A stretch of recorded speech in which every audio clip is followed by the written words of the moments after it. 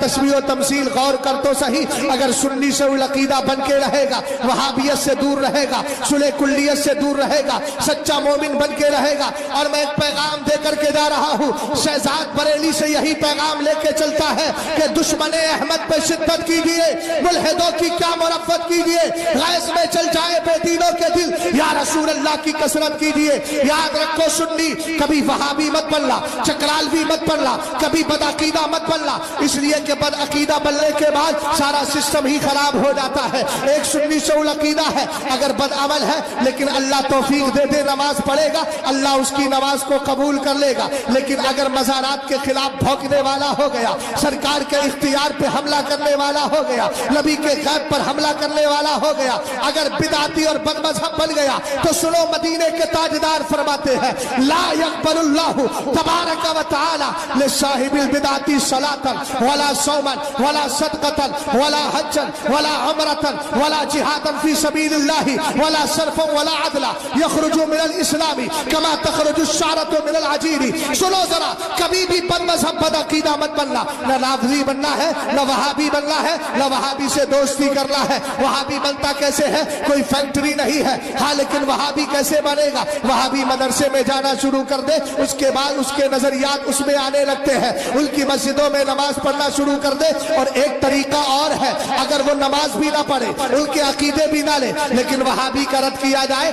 تو سنی کا چہرہ سکڑنے لگے۔ میں نے کہا برا تجھے نہیں کہا جا رہا ہے، ان بروں کو برا کہا جا رہا ہے جنہوں نے مصطفیٰ کی گستاخیاں کی ہے۔ اور ہم جانتے ہیں ہمارا باپ ہمارے نبی کی ذات پر قربان ہے، باپ کو گالیاں دے گا برداشت کریں گے، مصطفیٰ کی ذات کو گالیاں دے گا کبھی برداشت نہیں کر سکتے، اس لیے کہ ہمارے باپ کو گالی دینے سے ایمان نہیں جاتا ہے، لیکن مصطفیٰ کو گالی دینے سے ایمان تباہ ہو جاتا ہے۔ اور ہم تو یہی کہتے ہیں انہیں جانا انہیں مانا، نہ رکھا غیر سے کام، اور نتیجہ کیا ہوا؟ للہ الحمد میں دنیا سے مسلمان۔ سرکار نے فرمایا بدعتی کی اللہ نماز بھی قبول نہیں کرتا۔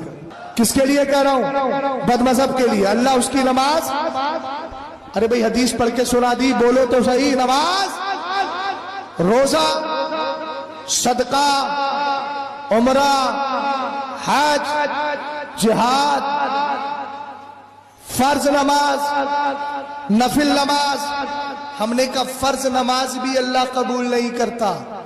اب جو سنی کہتے ہم کو تو نماز ہی تو پڑھنا ہے، میں نے کہا نماز تو علی کو بھی پڑھنا تھی، لیکن 3 دن مسجد نبوی میں نہیں گئے اس لیے کہ عثمان غنی کا مخالف مصلی پہ کھڑا تھا۔